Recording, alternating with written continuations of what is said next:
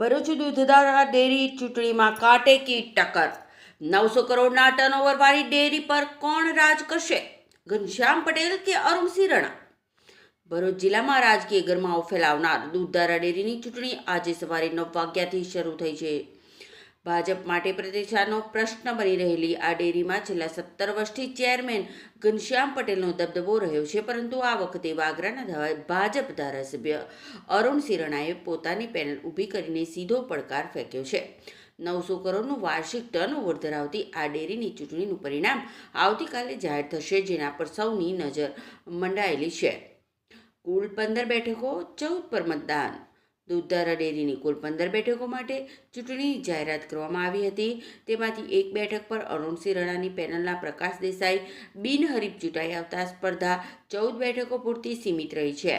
આ 14 બેઠકો માટે ઘનશ્યામ પટેલ અને અરુણસિંહ રાણાની પેનલના ઉમેદવારો મેદાનમાં છે। કુલ 296 મતદારો આજે પોતાના મતાધિકારનો ઉપયોગ કરી રહ્યા છે, જે ડેરીનું ભવિષ્ય નક્કી કરશે। શાંતિપૂર્ણ માહોલમાં મતદાન, કડક પોલીસ બંદોબસ્ત।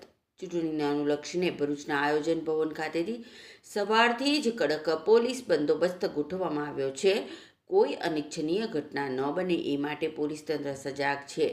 સવારથી જ શાંતિપૂર્ણ માહોલમાં મતદાન પ્રક્રિયા ચાલી રહી છે, જ્યાં મતદારો ઉત્સાહભેર ભાગ લઈ રહ્યા છે। બંને પક્ષના આગેવાનો મતદાન મથકે ઉપસ્થિત રહીને પોતપોતાની પેનલના ઉમેદવારોને સમર્થન આપી રહ્યા છે। બંને પક્ષોનો જીતનો વિશ્વાસ। ચૂંટણીમાં સીધી ટક્કર હોવા છતાં બંને પક્ષો જીતનો દાવો કરી રહ્યા છે। ઘનશ્યામ પટેલનું કહેવું છે કે તેમણે છેલ્લા 17 વર્ષમાં ડેરીનો વિકાસ કર્યો છે અને મતદારો તેમના કાર્યોને સમર્થન આપશે। બીજી તરફ અરુણસિંહ રાણાએ પણ પોતાની પેનલને વિજયી થવાનો વિશ્વાસ વ્યક્ત કર્યો છે અને ડેરીમાં પરિવર્તન લાવવાની વાત કરી છે। જો કે કોણ બાજી મારશે એ તો આવતીકાલે ચૂંટણીના પરિણામો જાહેર થયા બાદ જ સ્પષ્ટ થશે। સમગ્ર જિલ્લાના પશુપાલકો અને રાજકીય વર્તુળોમાં આ ચૂંટણીનું પરિણામ જાણવા માટે ભારે ઉત્સુકતા જોવા મળી રહી છે। આ ચૂંટણી ભાજપ માટે પણ અંદરખાને જૂથવાદનો અંત લાવવા કે તેને વધુ મજબૂત કરવા માટે નિર્ણાયક સાબિત થશે। આજ રોજ ભરૂચ દૂધ ઉત્પાદક સંઘનું ઇલેક્શન છે અને અમને સંપૂર્ણ વિશ્વાસ છે કે આ વખતે સભાસદોનો જે દૂધ ઉત્પાદકોનો જે જોમ અને જુસ્સો છે કે જે અમને સંપૂર્ણ બહુમતીથી જીતાડશે અને સારામાં સારું મતદાન કરી રહ્યા છે। અત્યારે આ મતદાનની પ્રક્રિયા કેવી રીતની હોય છે?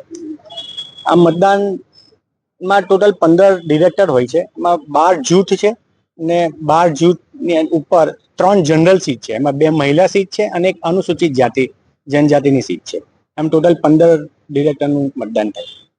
કેટલા બેલેટ પેપરનું યુઝ કરી મતદાન? એક મતદાર એક જૂથનું એક બેલેટ પેપર છે, મહિલા ઉમેદવાર માટેનું એક બેલેટ પેપર છે અને અનુસૂચિત જનજાતિ માટેનું એક બેલેટ પેપર છે। એમ 3 બેલેટ પેપર છે। ઓકે। આજરોજ દૂધધારા ડેરીના ઇલેક્શન માટે રાજપીપળા એપીએમસી ખાતે તથા ભરૂચ આયોજન કચેરી ખાતે મતદાન મથકનું આયોજન કરવામાં આવ્યું છે, જેમાં 296 મતદારોએ ભાગ લીધો છે। ચૂંટણી પ્રક્રિયાની શરૂઆત થઈ ગઈ છે, શાંતિપૂર્વક મતદાન શરૂ થયું છે। 11 ઝોન, જેમાં 12 ઝોન હતા, જેમાં એક ઝોન બિનહરીફ તથા 11 સામાન્ય સીટ માટે, 2 મહિલા અનામત માટે અને એક આદિજાતિ માટે ચૂંટણી યોજાઈ છે અને ચૂંટણી પ્રક્રિયા અત્યારે શાંતિપૂર્વક ચાલુ છે। મેડમ, આમની મતગણતરી ક્યારે થશે? મતગણતરીની પ્રક્રિયા આવતીકાલે સવારે 9 વાગ્યાથી સ્ટાર્ટ થશે।